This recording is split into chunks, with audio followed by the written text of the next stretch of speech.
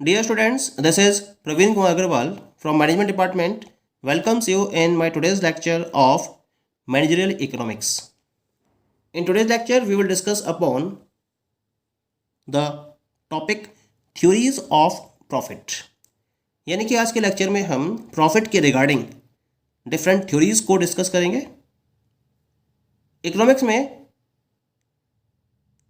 Profit की theories के regarding 8 important theories को हाईलाइट किया गया है। क्या क्या है ये 8 theories? The first one is the rent theory of profit, second one wage theory of profit, third one marginal productivity theory of profit, fourth one dynamic theory of profit, the fifth one is the risk bearing theory of profit, sixth one is the uncertainty bearing theory of profit, seventh one is the modern theory of profit and eighth one is the innovation theory of profit. यानी कि profit की theories के regarding हम इन 8 important theories को properly discuss करेंगे और ये जानेंगे कि किस तरीके से प्रॉफिट को इन थ्योरीज के बेसिस पर डिटरमाइन किया जाता है। The very first one is the rent theory of profit. This theory was developed by an American economist Francis L walker. एक फेमस अमेरिकन इकोनॉमिस्ट थे जिनका नाम था फ्रांसिस एल वॉकर। इन्होंने इस पर्टिकुलर थ्योरी को प्रोपाउंड किया था। क्या कहा वॉकर ने? इनके according profit is the rent of ability. He has made a comparative study between different grades of land and entrepreneurs different abilities. Entrepreneurs of superior ability earns profits just as superior land earns rent. यानी कि इनके according अगर बात करें तो इन्होंने profit को ability of rent के नाम से बुलाया। यानी कि जिस तरह से हम लैंड को उसकी फर्टिलिटी पावर के रेफरेंस में उससे रेंट प्रोवाइड करते हैं, ऐसे ही इनके अकॉर्डिंग जो एंटरप्रेन्योर है इसको इसकी पर्टिकुलर सर्विसेज के एक्सचेंज में, क्योंकि ये अपनी फर्टिलिटी सर्विसेज प्रोवाइड करता है बिजनेस के लिए, तो इस पर्टिकुलर सर्विसेज के एक्सचेंज में इसको प्रॉफिट प्रोवाइड किया जाता है, जिससे जिस तरह से लैंड को रेंट प्रोवाइड किया जाता है। इन्होंने क्या करा था? डिफरेंट ग्रेड्स ऑफ लैंड और एंटरप्रेन्योर्स की डिफरेंट एबिलिटीज के बीच में एक कंपैरेटिव स्टडी को फोकस किया और उन्होंने ये बताया कि जिस तरह से हम डिफरेंट ग्रेड्स ऑफ लैंड के लिए अलग अलग रेंट पे करते हैं, यानी कि जैसे हाई ग्रेड लैंड है तो उसका रेंट ज़्यादा होता है, लोअर ग्रेड लैंड है तो उसका रेंट कम होता है। इसी तरीके से इन्होंने कहा कि जिस पर्टिकुलर एंटरप्रेन्योर की एबिलिटी ज़्यादा होती है वो प्रॉफिट ज़्यादा अर्न करता है और जिसकी एबिलिटी कम होती है वो कम प्रॉफिट को अर्न करता है। तो इस तरह से वॉकर ने क्या कहा, इसको हम एक प्रॉपर वे में स्टडी कर लेते हैं। Just as there is the marginal और no rent land, similarly there exist a marginal और no profit entrepreneur who earns only wages of management. The marginal or no profit entrepreneur is the least efficient one, earning profit not beyond an amount just sufficient to keep him in present industry. यानी कि walker ने जो अपनी study करी और उन्होंने study के basis पर जो कंक्लूजन दिया, इसके बेसिस पर उन्होंने कहा कि जो रेंट है, जैसे कि मार्जिनल और नो रेंट लैंड की अवेलेबिलिटी होती है जो आपको जीरो रेंट प्रोवाइड करती है, या जिस लैंड का रेंट जीरो होता है उसे हम मार्जिनल या नो रेंट लैंड के नाम से बुलाते हैं। तो जिस तरह से मार्जिनल और नो रेंट लैंड की अवेलेबिलिटी होती है, उसी तरीके से मार्जिनल या नो प्रॉफिट एंटरप्रेन्योर भी एग्जिस्ट करता है जो केवल और केवल अपने मैनेजमेंट के रिगार्डिंग वेजेस को अर्न करता है। ये जो होता है जिसे हम मार्जिनल या नो प्रॉफिट एंटरप्रेन्योर का नाम दे रहे हैं, ये लीस्ट एफिशिएंट एंटरप्रेन्योर होता है जो केवल और केवल उतना ही प्रॉफिट अर्न करता है जो उसे प्रेजेंट बिजनेस या प्रेजेंट इंडस्ट्री में रहने के लिए जरूरी है, उतने ही प्रॉफिट को अगर अर्न करता है तो हम उसको मार्जिनल या नो प्रॉफिट एंटरप्रेन्योर का नाम देते हैं, और ये लीस्ट एफिशिएंट एंटरप्रेन्योर होता है। जब हम मार्जिनल एंटरप्रेन्योर की बात करते हैं तो वो उसी तरीके से इंडस्ट्री को मैनेज करता है और रन करता है जिस तरह से मार्जिनल लैंड परफॉर्मेंस प्रोवाइड करती है। जिस तरह से एक पर्टिकुलर लैंड जो मार्जिन पर है या जो नो रेंट लैंड है, उसी तरीके से जो मार्जिनल एंटरप्रेन्योर है वो भी कोई प्रॉफिट अर्न नहीं करता। नो रेंट लैंड का मतलब होता है उसका रेंट जीरो होता है।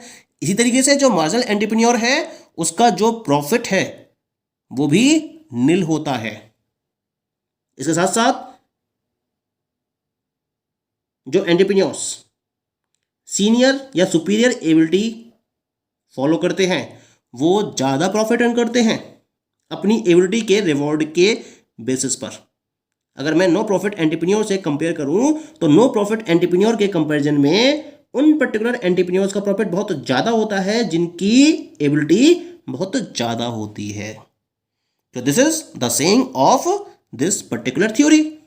तो इस बेसिस पर हम कंक्लूड कर सकते हैं that the essential nature of profit is similar to that of rent as per this theory. तो जो इस थ्योरी के अकॉर्डिंग प्रॉफिट का नेचर है वो सेम वैसे ही है जैसा एक लैंड के रेफरेंस में रेंट के लिए नेचर को डिफाइन किया गया है, क्योंकि रेंट भी एक डिफरेंशियल सरप्लस होता है। जिस रेंट की सुपीरियरिटी जितनी ज़्यादा होती है उसका प्रॉफिट भी उतना ही ज़्यादा होता है। डिफरेंशियल सरप्लस की वजह से सुपीरियर लैंड का जो रेंट है वो नो रेंट लैंड के कंपैरिजन में ज़्यादा होता है। इसी तरीके से जो प्रॉफिट है ये भी एक तरीके का डिफरेंशियल सरप्लस होता है which accrues to the superior ability entrepreneur over the no profit entrepreneur. जो सुपीरियर एबिलिटी एंटरप्रेन्योर को एज अ रिवॉर्ड पे किया जाता है उसकी सुपीरियर एबिलिटी की वजह से, जो कि नो प्रॉफिट एंटरप्रेन्योर अर्न नहीं कर पाते हैं अपनी इंफीरियर एबिलिटी की वजह से। So this is the conclusion of this particular theory. Okay, now we come to the second theory. The second theory is popularly known as the Bayes theory of profit. This theory was popularized and put forward by Professor Taussig and Davenport, the two most prominent economists. दो famous economist थे उस time के, एक का नाम था professor टॉसिक और दूसरे का नाम था डेवेनपोर्ट। इन दोनों ने अपने कंबाइंड एफर्ट के बेसिस पर इस पर्टिकुलर थ्योरी को प्रोपाउंड किया था और प्रॉपरली इसको पॉपुलराइज भी किया था। क्या कहना है इनके according? Profit are best regarded simply a form of wages they accrue to the entrepreneur on account of his special ability. यानी कि इनके अकॉर्डिंग जो प्रॉफिट है वो एक तरीके से वेजेस की एक सिंपल फॉर्म होती है। जिस तरह से हम लेबर को उनके लेबर के रेफरेंस में या उनकी मेहनत के रेफरेंस में उन्हें वेजेस प्रोवाइड करते हैं, इसी तरीके से जो एंटरप्रेन्योर है उसको उसकी सर्विसेज के बदले में वेजेस प्रोवाइड किए जाते हैं, क्योंकि उसके पास एक स्पेशल एबिलिटी होती है और उस एबिलिटी को परफॉर्म करने की वजह से उसको रिवॉर्ड पे किया जाता है in the form of profit, just like a labour is provided wages to his ability.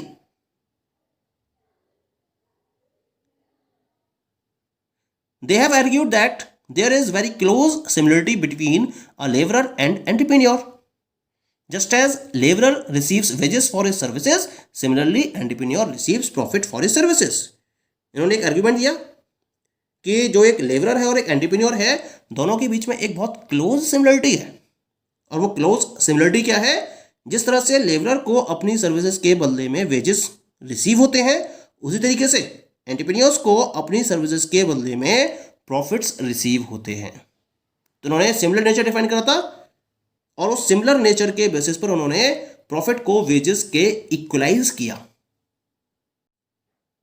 The entrepreneur performs mental labour like teachers, doctors, lawyers, etc.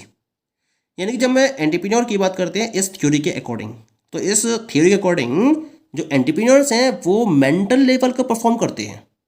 जैसे कि टीचर्स हैं, डॉक्टर्स हैं, लॉयर्स हैं या डिफरेंट टाइप के प्रोफेशनल्स हैं, वो mental level perform करते हैं। उसी तरीके से एंटरप्रेन्योर को भी मेंटल लेवल ही परफॉर्म करनी होती है, क्योंकि उसको बिजनेस की डिफरेंट टाइप की एक्टिविटीज़ को मैनेज करना है, डिफरेंट टाइप के रिसोर्सेज को एक प्रॉपर रेशियो में मैनेज करना है, फिर प्रोडक्शन एक्टिविटी को रन करना है, बिजनेस के रिगार्डिंग उसे डिफरेंट टाइप के डिसीजंस भी फोकस करने होते हैं। तो इस तरह से जो उसकी लेबर है वो मेंटल लेबर होती है। और इकोनॉमिक्स में दो टाइप की लेबर को डिफाइन किया गया है, एक तो होती है फिजिकल लेबर और एक होती है मेंटल लेबर।